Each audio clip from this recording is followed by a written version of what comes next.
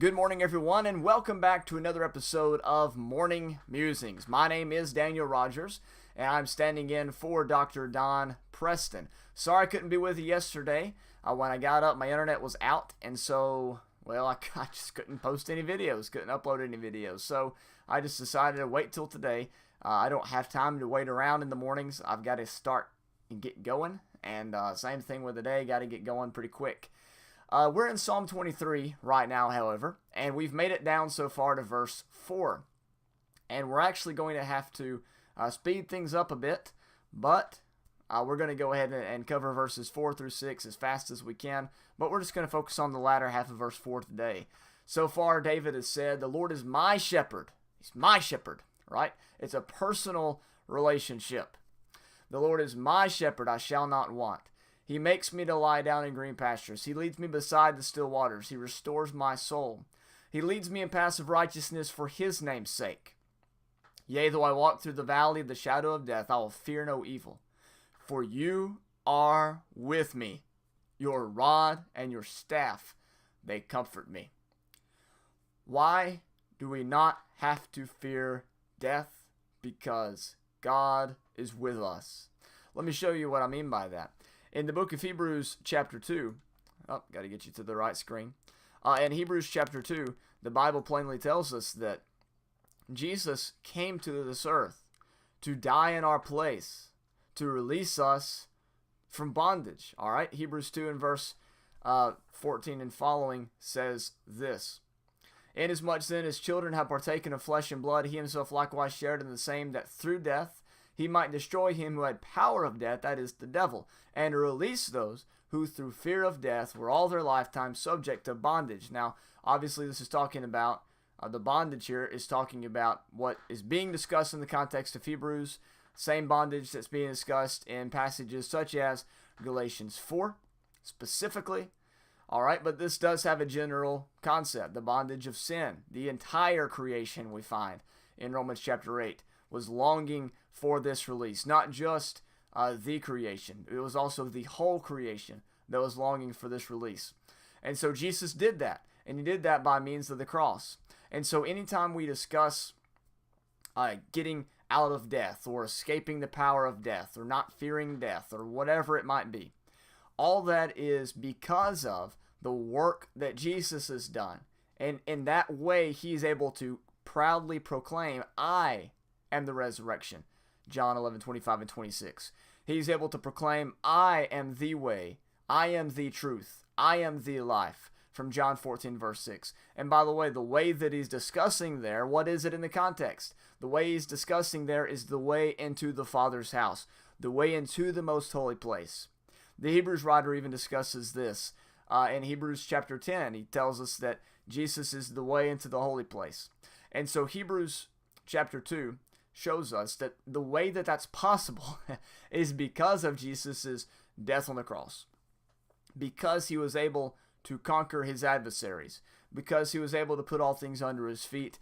And because he was able to give the perfect atonement, we are able to have life. And we are able to say, "I'm not afraid of death because I have Jesus on my side." Now let's think about something for a second. How was David able to say that he was not afraid to walk through the valley of the shadow of death? Well, he described it there. He said, "For thou art with me. Thy rod and thy staff, they comfort me." So release from death is connected to the shepherd imagery that David is utilizing. Now, he's talking about, in that passage, in my opinion, particularly the situation he was in with Saul. All right? However, the New Testament writers appeal to Psalm 23, the spiritual aspect of it, the more real aspect of it, honestly, because these physical things are temporary, but what is spiritual is eternal, all right, in nature. It's going to be forever, and so that's way more important. It's way more real. It's way more of a immediate need than the physical side of things. Something happens to my body today, don't have to worry. I get to live on for an eternity. I'll never die. John 11:25 and 26, and other passages. And so, in the New Testament, we have Jesus and his apostles appealing to the shepherd imagery to indicate the possibility of resurrection life. That's true in John 10 and other passages as well. But it's also true, Matthew 25, by the way, but it's also true in 1 Peter chapter 5. Peter appeals to Jesus as being the chief shepherd, and he indicates whenever he would appear, they would appear with him in glory. Now the question is, what is he talking about when he says that? If you look back in chapter 4, you'll see what is being discussed. He says, beginning in verse 12 of 1 Peter chapter 4, "Brethren, think it not strange concerning the fiery trial which is among you, as though some strange thing happened unto you. But rejoice in that you are made partakers of Christ's sufferings, that when his glory shall be revealed, you may be also revealed with him in glory." All right? So in that text, we find that they were suffering with Christ. All right? And so they would be revealed in glory. And so this is the same thing that happened to Jesus, right? He suffered on the cross, and he was declared to be the Son of God with power and glory at the resurrection. Romans chapter 1, 1 and following. And so they were being, they were suffering with Christ then, but they would achieve the glory. In fact, Jesus said, Peter said about Jesus in 1 Peter chapter 4, that he was ready to judge the living and the dead, that the end of all things was at hand, right? He said the time has come that judgment must begin, 1 Peter 4 verse 17. And so the glory that Peter is looking for, that would come at the coming of the Lord, that stamp of approval, or showing the world who the true believers were, who the remnant was, that was right in the future of Peter and his listeners. And so Peter is appealing to the shepherd theme to indicate the very same thing that David did in Psalm 23. God will deliver you from the situation that you're in. Stay faithful, stay true. You're going to get this life promised to you, and it will come as a crown at the day of Christ. And they were looking for that in their immediate future. The reason why they were looking for that in their immediate future, by the way, is because that's what the Holy Spirit revealed to them to say.